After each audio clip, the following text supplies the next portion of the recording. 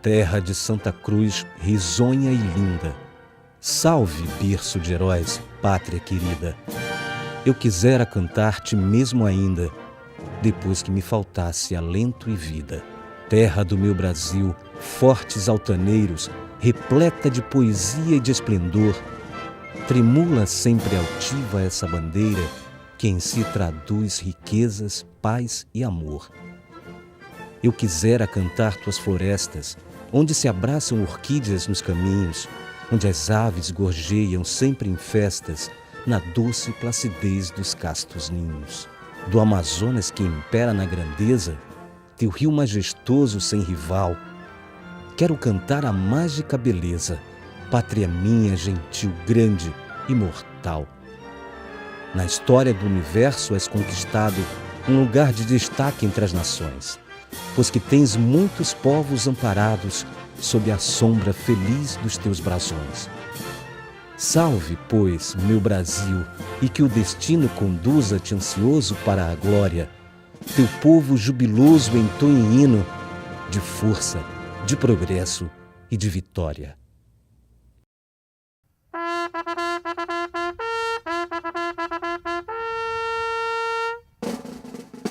Praças e oficiais da Polícia Militar do Amazonas vão juntar-se às forças nacionais para deter os revoltosos de Antônio Conselheiro.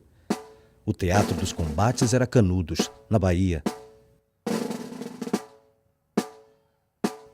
Das mãos de caboclas amazonenses, o grupamento recebe uma bandeira, confeccionada por elas nas cores azul, branco e vermelho, com 25 estrelas de prata, bordadas de próprio punho.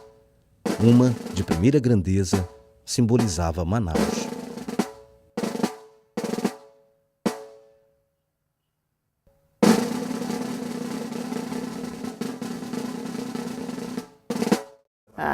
Eu sou filha com muita honra do Aristófano Antonis.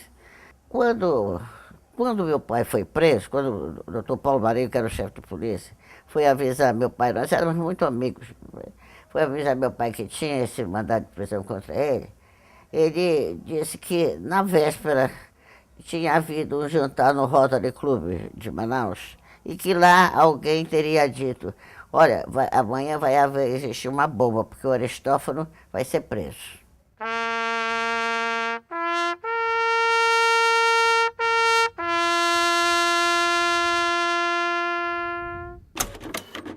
15.000 contos de réis era o déficit financeiro público provincial na pequena localidade da Barra do Rio Negro, entrecortada por igarapés, ruas e vielas que abrigavam 43.000 moradores em casas modestas. Um dos símbolos da falta de dinheiro na época, e uma de suas obras mais expressivas, e que já se arrastava por muitos anos, era a Igreja Matriz. Nesse período, Custódio Pires Garcia, capitão da Guarda Nacional, iniciou com recursos próprios e negócios escusos a construção de sua casa, o Palacete Garcia. Mas os seus negócios não andavam muito bem, apesar da influência política e da disputa que ele travava com outras empreiteiras pela exploração do serviço de abastecimento de água encanada na cidade. Em razão disso, ele se viu obrigado a vender, ainda sem concluir a construção no tamanho, no formato e no modelo que ele pretendera para a sua residência, ao governo provincial. Adquirido por José Bernardo Miquiles, o prédio viveu um outro longo período de obras. Definido como palacete provincial, o governo da época investiu mais dinheiro para concluir as obras e dotar o prédio de condições mínimas para abrigar a tesouraria e a Assembleia Legislativa. Nada caminhava a contento. Eram poucos operários e raros os materiais utilizados. O prédio resistia à conclusão das obras. Neste cenário, o presidente José Bernardo Miquiles mal conseguiu comprar o prédio e iniciar as obras. e já deixou de exercer o mandato de presidente, voltando a ser deputado provincial com grande influência, o que fez com que ele conseguisse estimular a administração provincial para concluir a obra. Depois de inaugurado, ao Palacete Provincial foram dadas várias funções, de acordo com os interesses dos líderes de cada época. Foi sede do governo, Assembleia Legislativa, Liceu da Província, Escola Normal, Quartel-General, sede dos bombeiros. Em seus salões tradicionais, foi outorgada a primeira Constituição do Amazonas. Resistiu ao bombardeio tenentista, abrigando intelectuais defensores da liberdade. Também foi testemunha da traição política de que foi vítima Eduardo Ribeiro. Tudo acertado para que, na eleição indireta para governador e vice-governador, fossem eleitos Eduardo Ribeiro e o Barão de Juruá. A eleição deu com os burros na água para a história do governador maranhense, sendo eleito Gregório Taumaturgo de Azevedo e o Barão de Juruá, irmão do Emílio Moreira. Este cenário político fez com que Eduardo Ribeiro fosse deslocado para ser professor da Escola Superior de Guerra no Rio de Janeiro, como um prêmio de consolação ou como uma satisfação política para conter os ânimos daqueles que acompanhavam a liderança do capitão de engenharia militar Eduardo Gonçalves Ribeiro. Mas o pior momento da história do Palacete se passou na era Vargas. Minha mãe estava se preparando para ir para uma festa no cabeleireiro quando meu pai chegou para avisar no dia. Paulo Marinho já me dizendo que eu tenho um mandado de prisão contra mim, não sei porquê, não sei, mas você vai para casa, que eu vou em casa agora, vou buscar minhas coisas pessoais e vou ser recolhido no quartel da Polícia Militar. E dali ele foi, se despediu da gente, abençoou e foi. E foi logo sabendo que ia ficar incomunicável, como ficou durante 19 dias. Houve uma grande caça às bruxas no Brasil inteiro, perseguindo aqueles que teriam alguma ligação com a Alemanha, alguma simpatia pelo governo alemão, pelas teses germânicas, pela filosofia hitleriana. E em Manaus, uma das pessoas mais íntegras, uma das figuras mais exponenciais do jornalismo, da literatura, das letras, da política, da vida social, com uma história de família de defesa da liberdade, de defesa da democracia, que foi o jornalista Aristófano Antuny, viu-se encalacrado durante 184 dias, respondendo a uma prisão injusta, ilegal, indevida e inadmissível.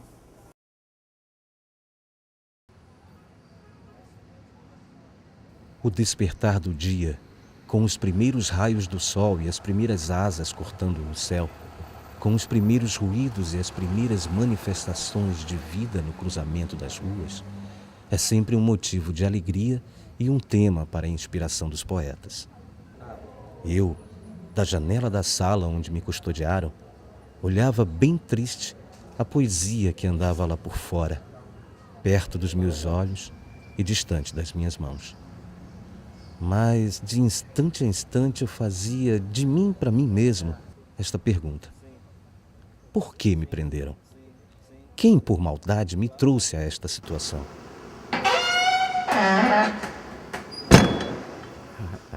O senhor deve imaginar o que é uma família como nesse tempo. Nós éramos 7. O menor era o Flávio, meu irmão. Ele tinha nessa altura, talvez uns 4 anos. Aí meu irmão mais velho era ginasiano, ainda era 4º ano de ginásio. Eu também. Depois a Ruth, minha irmã, ela tinha o quê? 10 anos, 12 anos. Eu tinha 15, ela tinha 12. E assim, acho que ficou uma família que sem saber o que estava acontecendo com o nosso pai e o porquê dele estar preso. Realmente foi uma coisa que abalou a gente muito. A minha mãe, coitada, sofreu demais. Porque de vez em quando ela recebia telefonemas, dava muito trote. Olha, teu marido acabou de ser enviado para um campo de concentração. Essas coisas todas que... Garra de nervos que faziam com a gente.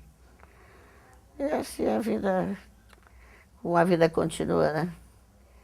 A única coisa que ficou marcada para nós, que a nossa casa, ela vivia cheia de gente. Dia de domingo, se eu visse, parecia um clube, não parecia Meu pai adorava, gostava de botar a mesa cheia, trazer as pessoas para casa para comer, era uma coisa de louco. Então a casa vivia cheia. Quando meu pai foi preso, não apareceu ninguém, ninguém. Estamos aqui, mais 2 ou 3 pessoas que viviam conosco, assim, assiduamente, mas aqueles comensais, não. A única pessoa que apareceu para se solidarizar com a minha mãe foi o desembargador Arthur Virgílio do Carmo Ribeiro.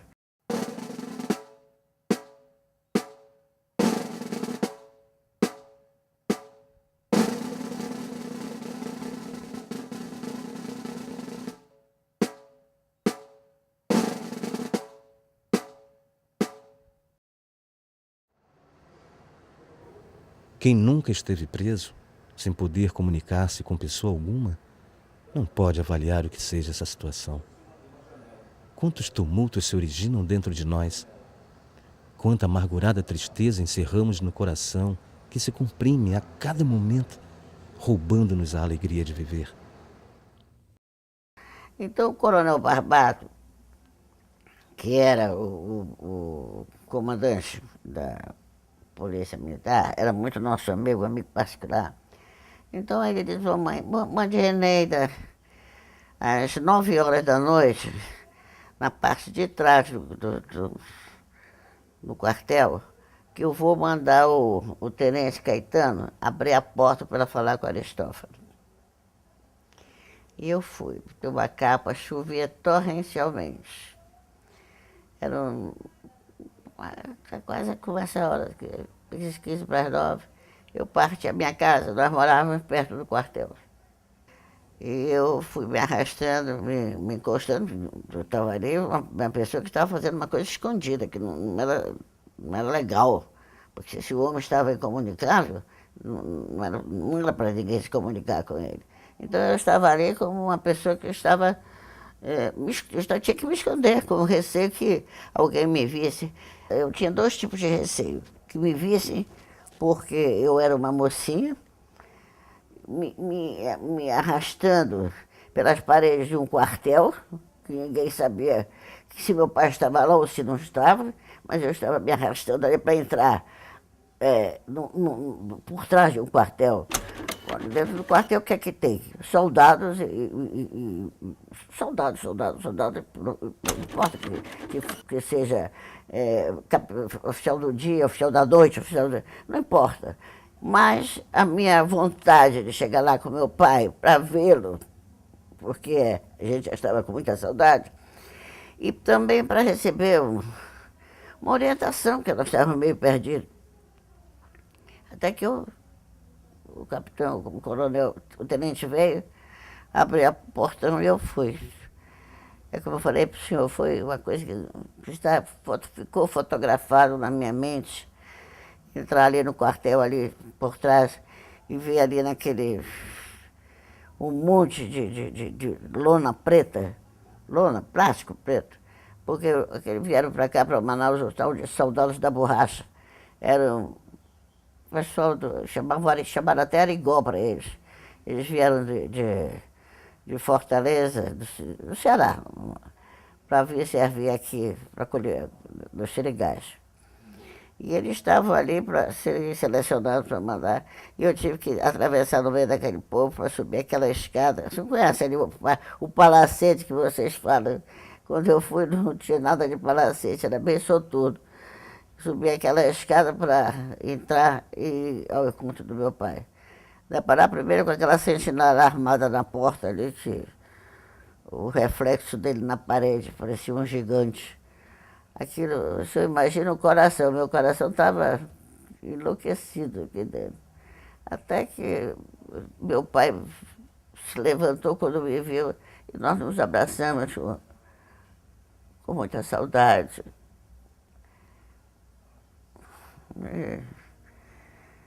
Eu tentei. Então ele disse que o doutor Sedraque tentasse o habeas corpus para ele. Como foi feito o habeas corpus, foi pedido. Mas só depois de 19 dias que cedeu ele passou a poder se comunicar. E o seu habeas corpus, escrito por ele mesmo, foi perdido nos caminhos da justiça brasileira para que ele não ganhasse a liberdade. E era tão importante essa figura, era tão emblemática para o jornalismo, para a imprensa brasileira, que além da visita de várias personalidades locais que não temiam o governo getulista revolucionário que caçava, prendia, arrebentava nos porões de uma ditadura nefasta, que se escudava nos direitos dos trabalhadores e que avançou muito, de um lado, na defesa e na modernidade das relações de trabalho, seja com a legislação da consolidação das leis do trabalho, com o Ministério do Trabalho, com a organização dos sindicatos, ainda que possa se discutir uma certa manipulação dos trabalhadores. Ao mesmo tempo, era o governo que reprimia a opinião da imprensa, reprimia a liberdade de opinião. E era tão importante que todas as personalidades da cidade, Valdemar Pedrosa, desembargadores de toda a ordem, e até o grande jornalista Assis Chateaubriand, veio a Manaus exclusivamente para visitar no presídio o jornalista Aristófanes Antonino.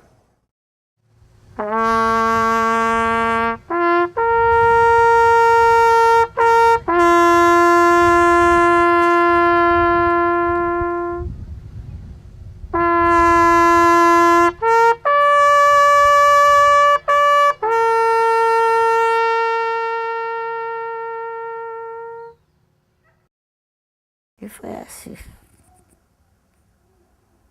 Agora, o mais bonito de tudo foi quando ele recebeu a soltura, né? A liberdade de sair de lá. Agora, todo dia, meu pai nunca perdeu o aplomb, vamos dizer assim, porque ele estava de barba feita, vestido como ele gostava, sempre vestidinho, muito arrumadinho, muito cheiroso. Sempre aquilo devia indignar as pessoas que não gostavam dele, barbaridade, mas isso era ele, e ninguém podia tirar isso dele. E assim ele foi, quando ele saiu, vieram até jornalistas do Rio de Janeiro para acompanhar a saída do papai. Ele saiu a pé do Palacete, que vocês chamam, para mim é o quartel da Polícia Militar. Até à tarde era o senhor que é daqui, era lá na esquina da Lobo da Almada com o Joaquim Nabuco. Então ele foi a pé com aquela enorme gente, todo mundo atrás, um montão de gente. E aí só sobraram as lembranças. Aí começaram a chegar, a aparecer novamente. E aí ficava cheio o quartel. Ele tomava cerveja, mandava buscar cervejinha dele gelado. E todo mundo começou a frequentar. E depois, meu pai era um homem. Meu pai deve estar num lugar muito bom, se é que existe outro lugar para a gente estar depois que vai. Porque ele nunca foi uma pessoa para guardar o rancor, para ficar com ressabiado que fosse, falando. Eu nunca vi, o senhor sabe, durante a minha vida com a minha família, meu pai era dono de jornal. Eu nunca vi o meu pai chamar ninguém de ladrão. Nunca. Nunca. Ele era incapaz. Ele sempre dizia, quando fazia alguma coisa, ele dizia, isso é a fraqueza desse rapaz.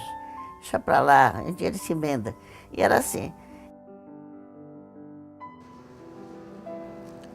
A reunião de acervos e coleções de arte e referências da identidade do povo amazonense e o reestabelecimento das linhas mais originais do prédio e do título de Palacete Provincial retomam o fio da história e reconstroem as relações da população amazonense, inclusive com o espaço urbano em que o prédio está inserido, e que vinha sendo destruído. Pelos nossos registros históricos, o primeiro prédio a ser construído na cidade de Manaus. Por isso, o nome de Palacete Provincial. Isso era um prédio que estava abandonado há décadas, não é, no estado do Amazonas e que estava há muito tempo a esperar um resgate histórico importante como esse.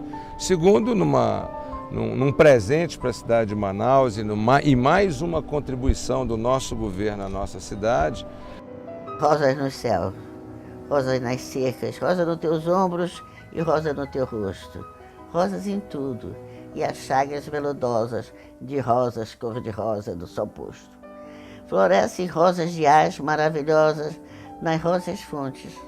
Rosas sobre os rosos montes se debruçam, rosas em abril, em maio, em julho e agosto. Se há noivado, a rosa nos altares e há rosas invisíveis difundindo no ar rosos aromas. Se morre um anjo, as brancas nebulosas levo entre as mãos de rosas marcessíveis, rosa fechado no caixão de rosas. Lindo.